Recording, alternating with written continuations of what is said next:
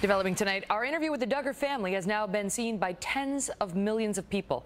It has generated thousands of print stories and touched off a new debate over one of America's most famous families and the life they have lived, both on and off TV. Dana Loesch hosts Dana on the Blaze TV and is the author of the new book, Hands Off My Gun.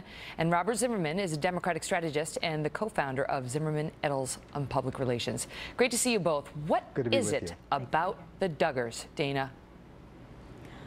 I think that they share something with all of these other reality families, be it the Robertsons or anyone else, the Kardashians, anybody else that's ever had invited cameras into their home and has made their family life content. I mean, people, the American society, they love that. They're very voyeuristic, and they love watching this. It's an escape for them, just as watching anything else is. They feel like they know these individuals. But that doesn't justify the enormous interest in this particular family. There's something about the Duggars. Go ahead, Robert, and then I'll get back to Dan. The reality here is that they're just not another reality TV show, another American family we're all watching. They're the Lindsay Lohan family with Bibles.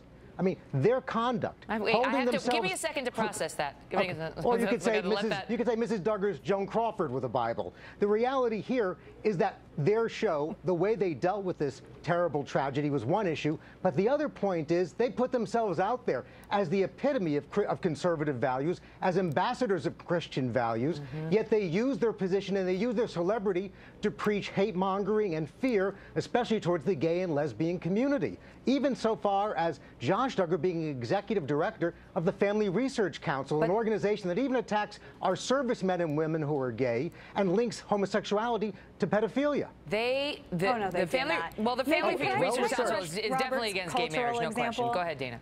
Can I correct Robert's cultural example just for a minute? His reference to Lindsay Lohan with a Bible accurately. It would be Lena Dunham with a Bible, or perhaps Bill Clinton with a Bible. That's a little bit more. That's a little more apropos. But wait, that's right. You celebrate those individuals just like you celebrate Alfred Kinsey and everyone else. No, that's the big difference. The big difference is your double standard. No. The difference, Robert, is your double standard. No, you can still believe that what happened. Robert, act like a gentleman. Let a lady finish. Come on. You can still believe that what Josh Duggar did was abhorrent, as I do. I think it's disgusting. I don't think that there's any excuse for it. However, I don't crawl into these families' minds and say, well, I know their repentance and their allowance for grace better than anyone else. But you do, and that's the marked difference. Go ahead, Robert. Might I just make a point? I'm not trying to crawl into their minds. I'm just reading what they say publicly. And what the Duggar family says publicly, what Josh Duggar says publicly, is the worst kind of hate-mongering and fear-mongering. Can I ask you that, Robert? Because I have looked back, obviously. I've done a lot of research now on this family. And, you know, Michelle, I get it with the robocall. She compared transgendered people to child molesters, which I asked her about. You did indeed. But Josh, he's made a lot of statements opposing gay marriage, you know, talking about family values and the need for a mother and a father. Is there something specific that he has said beyond that you're thinking of? He has a leadership position in an organization which has espoused the most hateful rhetoric towards gay servicemen and women in the military. It's the Family Research Council Alliance. All right, I'm genuinely searching. But what do you think, Robert? Do you think that there is a greater desire to sort of celebrate their troubles because they have been so outspoken on the issue in particular of gay marriage? No, I honestly don't think that's the issue. I think it's that they hold themselves out there as paragons of virtue.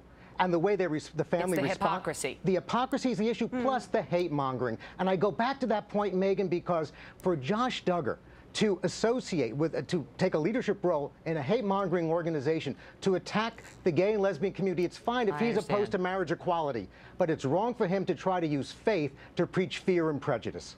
Well, Josh, I think I would disagree with Robert in that, because if you want to talk about fear-mongering and hate-mongering, which isn't a substitute for just thinking differently and being of the faith and thinking differently on same-sex marriage, you have to look at the head of Mozilla, who was driven from his job. Look at all of the individuals, the Benham brothers, the Robertsons. Any Christian, Megyn, in pop culture is eviscerated by the left if they hold a position of faith on a social issue. And this is just a vehicle through which to further attack Christians. They're exploiting it. No, Great to see you both. I got to leave it at that. Okay. Thank you, both. Megyn. Good to be with you.